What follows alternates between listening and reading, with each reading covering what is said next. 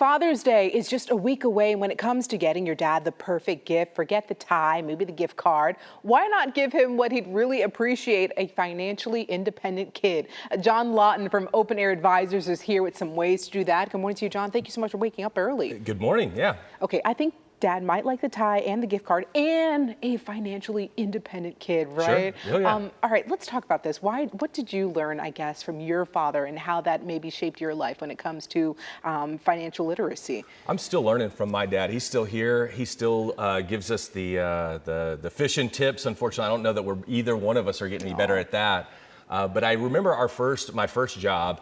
The first thing that he told me was start your plan, start saving early and often. My dad was a Dallas policeman for 37 years. Wow. And back then, when he started when he was 18 years old, and there were guys that he worked with that had to make that decision at 18, whether they were going to start a plan or not. And so as he continued to work and work and work, he saw some of the guys that didn't, so they get to the retirement age, and they don't have a plan. Yeah, they don't have a plan set aside. So early and often, make sure we get it started just as soon as you get your first job. And that can be a scary place to be when you're getting ready to retire and you're not set up for retirement.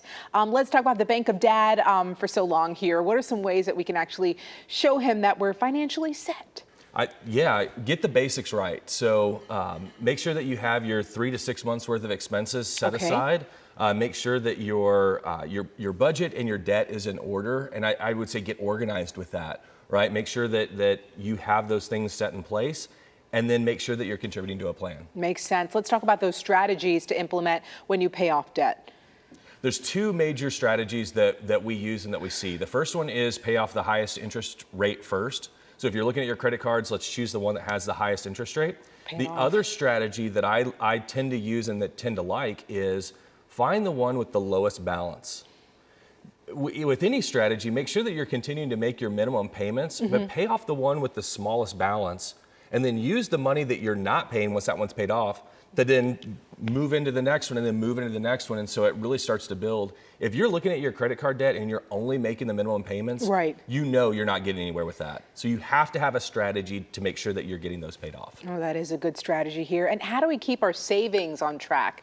That can be difficult. So just going back to the basics, right? If we have our 3 to 6 months worth of expenses set aside, you can handle a lot of obstacles in your life, right? I mean, if the air conditioner goes out or any of those sorts of things, that savings will get you through that time period. Now, if it's a job, that's a little different. And so maybe we do need to pause until we can get ourselves back on track.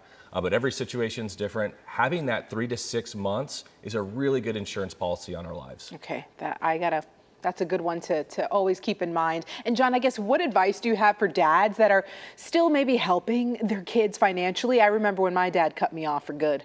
That's a tough one. That one, yeah, that's a tough one because there are a lot of kids out there that really do need help. And so I would say for any of those dads that are out there, try to transition and being the mentor. Try to transition from being the piggy bank into giving good, sage advice. And when you can do that and you can help them, the other thing I would just say, because we have a lot of families that do give money to their kids and they do it on a consistent basis. If you can stagger those payments, so maybe you really like to give your kids something special at Christmas time. Yeah. If you're doing that every year, they tend to depend on it. And then if that money were to go away, they made long-term decisions based on your gift.